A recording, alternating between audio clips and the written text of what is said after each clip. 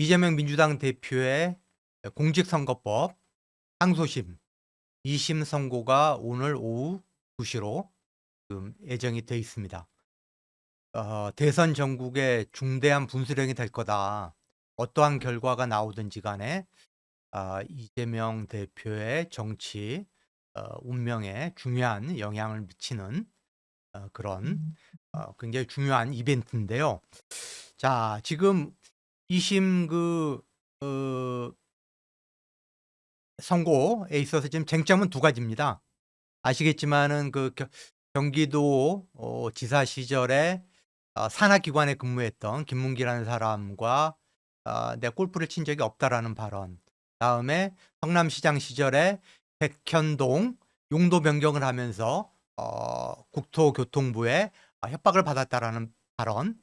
두 가지 발언으로 검찰이 기소를 했고 1심에서 징역형이 나왔죠. 징역 1년에 집행유예 2년. 이렇게 될 경우에 이게 인제 뭐 2심, 3심에서 확정이 되면은 향후 10년 동안 피선거권이 박탈이 된다.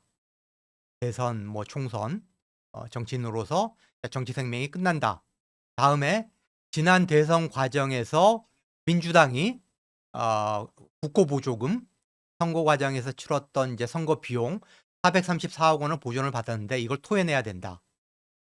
엄청난 그런 인제 결과가 나오는데 이게 검찰의 기소 과정에서부터 굉장히 문제가 됐던 사건이죠.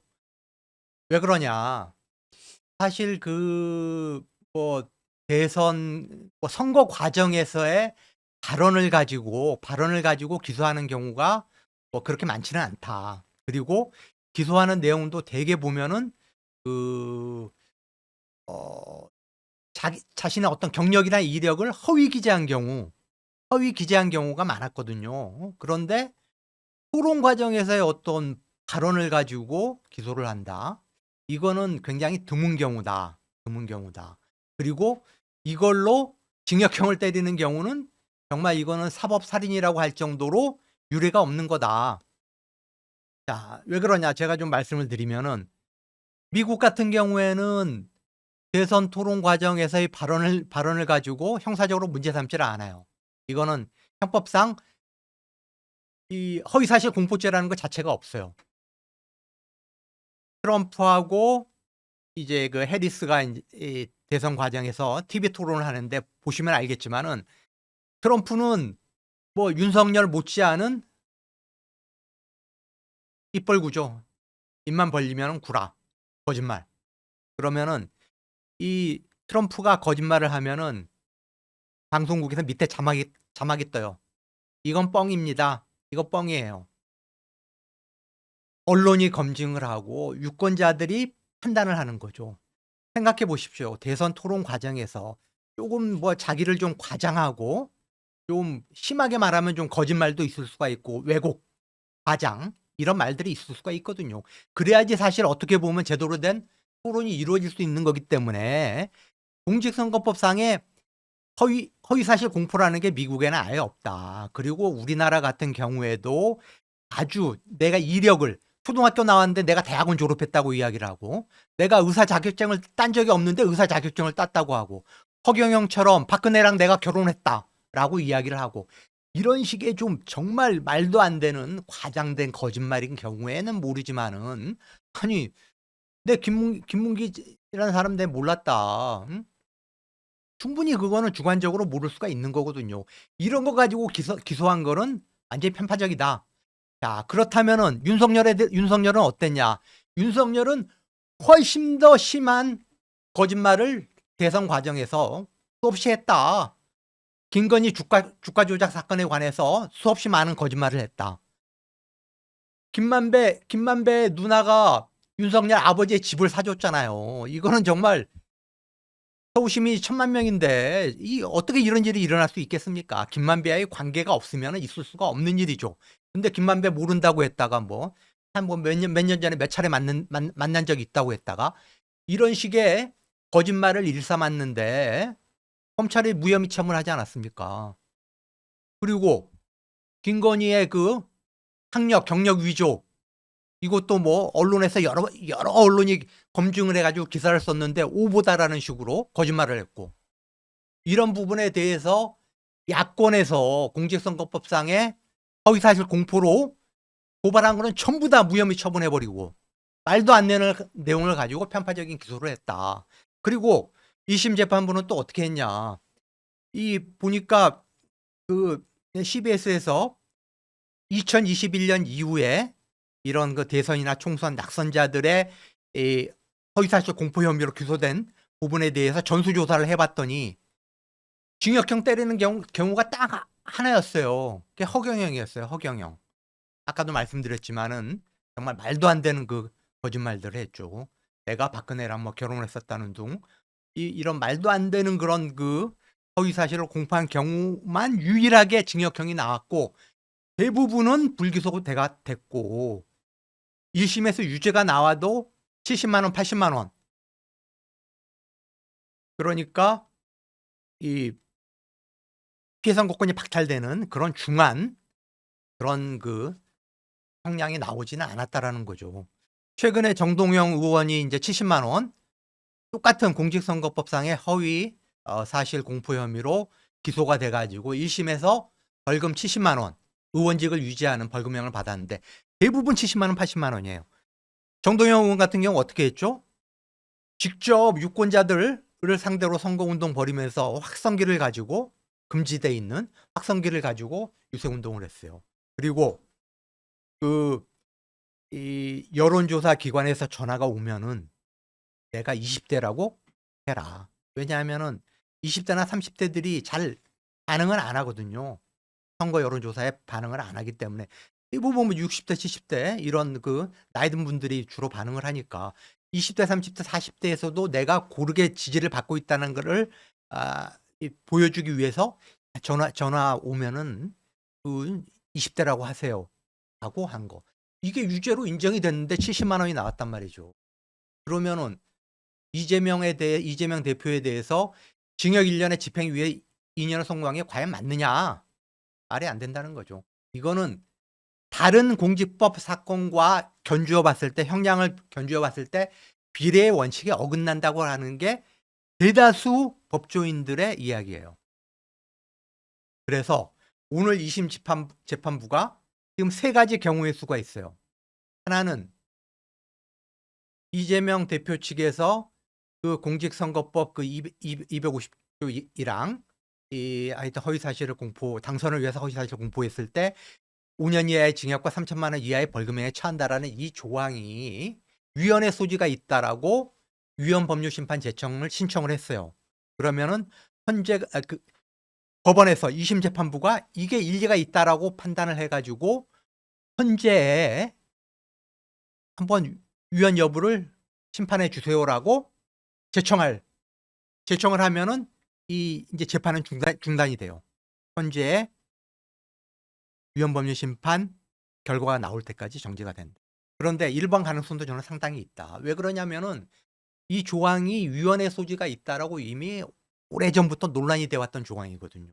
그리고 10년 전에 한번 위헌 심판이 제기가 돼 가지고 헌재에서 심판을 했었어요.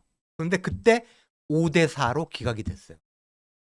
근데 10여 년의 지금 시간이 흘렀고 선거 문화도 많이 바뀌었고, 그래서 다시 한번 헌재의 판단을 받아볼 수가 있다라고 충분히 지금 재판부가 1번을 선택할 가능성이 저는 있다. 자, 생각을 해보세요. 내가 벌금 100만 원을 받으면은 피선거권이 5년 동안 박탈이 되고 434억 원을 토해내야 돼요. 그런데 벌금 90만 원을 받으면은 선거에 나가도 되고 434억 원을 안 토해내도 돼요. 이게 말이 됩니까? 조금 더 촘촘하게 그런 그 벌칙을 만들 필요가 있는 거죠. 이거는 말이 안 되는 조항이거든요, 사실. 그렇기 때문에 이 부분에 대해서 많은 법조인들이 위헌의 소지가 있다라고 그동안 주장을 해왔고, 이전에 10여 년 전에 위헌 심판이 제기되기도 했었고, 이번에 이재명 대표의 2심 재판부가 충분히 저는 1번을 선택할 가능성도 있다. 그리고 두 번째는 아까도 말씀드렸지만은 비례의 원칙을 어긴 거예요. 이거는 대부분 이거보다 더 훨씬 더 중한 허위사실 공표 범죄에 대해서도 벌금 70만 원, 80만 원이 나온 게 부지기수다. 이거는 1심 재판부가 저는 완전히 사법살인을 했다. 이게 저번에 누구였죠?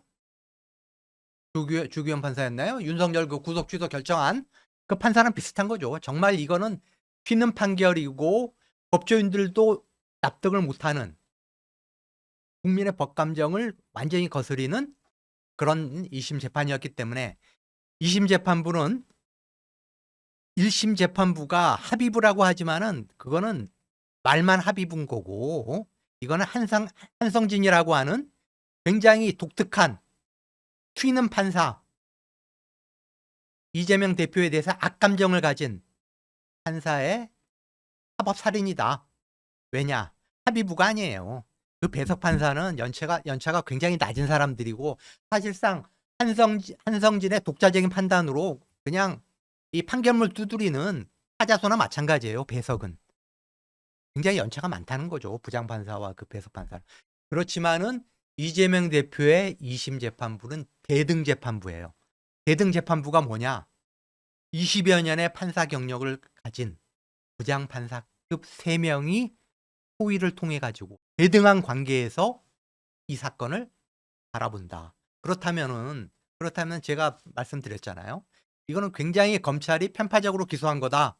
그리고 2심 재판부의 징역형이라고 하는 게 비례의 원칙을 너무나도 크게 어겼다. 그렇기 때문에 이런 20년 경력의 판사 3명이 논의를 해가지고 결정을 하는데 세 번째처럼 2심 판결을 그대로 유지할까? 저는 그럴 가능성이 굉장히 낮다고 본다는 거죠.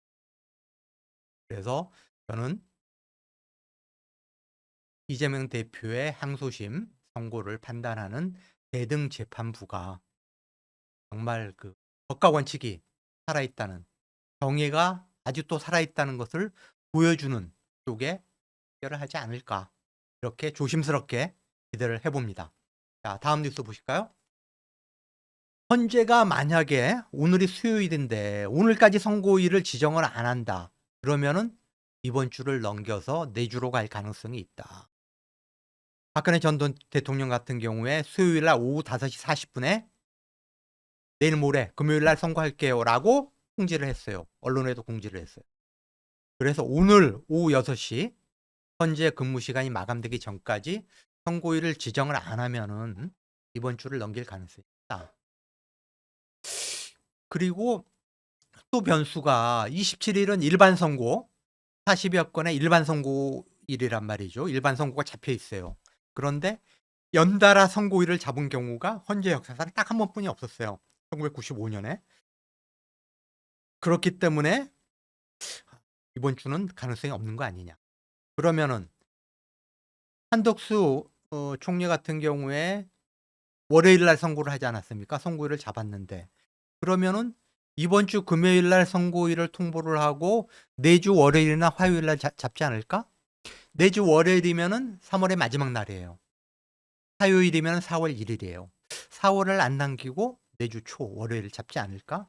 이런 기대감도 있는데 참 이것도 토요일, 일요일 주말이 끼어 있단 말이죠. 그러면은 주말 동안에 과연 그 보안이 유지될까? 정말 온 국민의 촉각이 헌재를 향하고 당장에서 또다시 보수와 진보가 부딪히고, 그리고 지금 우려하는 게 이상한 검찰이 이제 노골적으로 이 민주당으로 정권이 넘어가면은 이제 검찰 권력은 완전히 허물어진다. 그래서 완전히 결사항전하고 있는 거고, 사법부의 그 기득권 보수 카르텔, 법원 카르텔도 지금 작동하고 있는 게 아닌가. 국민의힘은 아시겠지만 법조당이에요. 판사 출신들이 유난히 많고 걔네들이 지금 국민의힘의 지휘부를 형성하고 있어요. 국민의힘이 추천한 헌법재판관, 윤석열이 임명한 헌법재판관들이 지금 포진해 있어요. 그렇다면은 이런 보수 사법 법조 카르텔과 국힘과 헌재와 연결된, 그러니까 이런 부분들을 지금 이런 부분까지 의심을 하는 거거든요, 많은 국민들이. 그리고 실제 그렇게 의심할 수밖에 없는 경로를 지금 걸어왔고, 가장 먼저 대통령 탄핵 심판부터 서두르겠다라고 했던 헌법재판소가 왜 한덕수 먼저 하고 이재명 2심 선고 먼저 지켜보고 지금 우려하는 그런 길을 가고 있기 때문에 지금 걱정들을 하고 있는데, 이러다가 4월 18일 날 문영배, 이미선 두 재판관의 임기가 종료되는 그때까지도 결론을 못 내리고 무한정, 윤석열의 임기 끝까지 이런 국가 혼란이 이어지는 거냐 게 아니냐라는 최악의 시나리오까지 지금 거론될 정도로 지금 상황이 가고 있다. 그래서 오늘 하여튼 헌재가 어떤 결정을 내리느냐가 굉장히 중요하다. 그래서 오늘 안 나오면은 4월로 넘어갈 가능성도 있다. 이렇게 많은 지금 걱정하는 전망들이 나오고 있습니다. 자, 다음에 세 번째 뉴스 보실까요? 지금 그 경상북도 지역의 그 대형 산불이 지금 심상치가 않습니다. 지금 의성 산불 지금 사흘 4일째죠. 4일째 지금 의성 산불이 확산되고 있는데, 한때 진화율이 90%가 넘었다가 지금 다시 80%대로 떨어졌고요. 지금 의성 산불로 안동, 청송, 영양, 영도군에서 무려 18명의 사망자가 나왔고 6명이 지금 중상을 입었고요. 그래서 사망자가 지금 더 늘어날 가능성이 있다. 지금 이게 왜 문제냐면은 돌풍이 계속 불고 있어요. 방향이 이 돌풍이 부니까, 예를 들어 일정하게 강풍이 불더라도 일정하게 불면은 어느 정도 방어선도 치면서 이렇게 대응을 할 수가 있는데, 서쪽으로 불었다, 동쪽으로 불었다, 뭐 북쪽으로 불었다, 막 바람의 방향이 순식간에 바뀌기 때문에 지금 그 당국에서도 지금 산불 진화에 굉장히 어려움을 겪고 있고, 그 재난 문자를 발송하는데도 아니 서쪽 방향으로 대피하라고 그랬다가 또 뭐 10분도 안 돼서 또 동쪽으로 가야 된다라고 했다가 하니까 이 많은 그 인근 주민들이 지금 혼선을 겪고 있다. 그래서 대피 과정에서 이게 지금 화마에 휩쓸려 가지고 지금 사망하는 경우가 속출하고 있다. 지금 그 의성 산불이 지금 오늘로서 닷새째죠. 닷새째인데 지금 진화율이 지금 68%로 떨어졌다라는 거고, 산청 산불 같은 경우도 진화율이 뭐 거의 뭐 90% 중반까지 갔다가 지금 80%대로 떨어졌다. 지금 굉장히 지금 상황이 악화하고 있다. 지금 내일 비가 예보가 돼 있는데 경북 지역에 지금 예보된 강우량이 많지가 않아요. 5mm 정도밖에 안 되거든요. 그렇기 때문에 5mm 정도의 비로 이게 산불을 완전히 진화할 수 있을까? 이게 그래서 내일을 넘겨도 산불이 계속될 그럴 우려도 있다. 어쨌든 지금 정부에서는 중앙 정부의 지금 소방, 대원, 소방 장비까지 지금 총동원령은 내려서 지금 진압에 나서고 있는데, 어쨌든 오늘이 고비가 될 거다라는 그런 전망들이 나오고 있고요. 자, 문제는 우리가 그 박정희 이 정부 때부터 산림 녹화 사업에 굉장히 신경을 써 가지고 전국의 산림이 굉장히 울창해지기는 했어요. 그런데 문제는 이 사시사철 풀은 소나무를 많이 심었어요.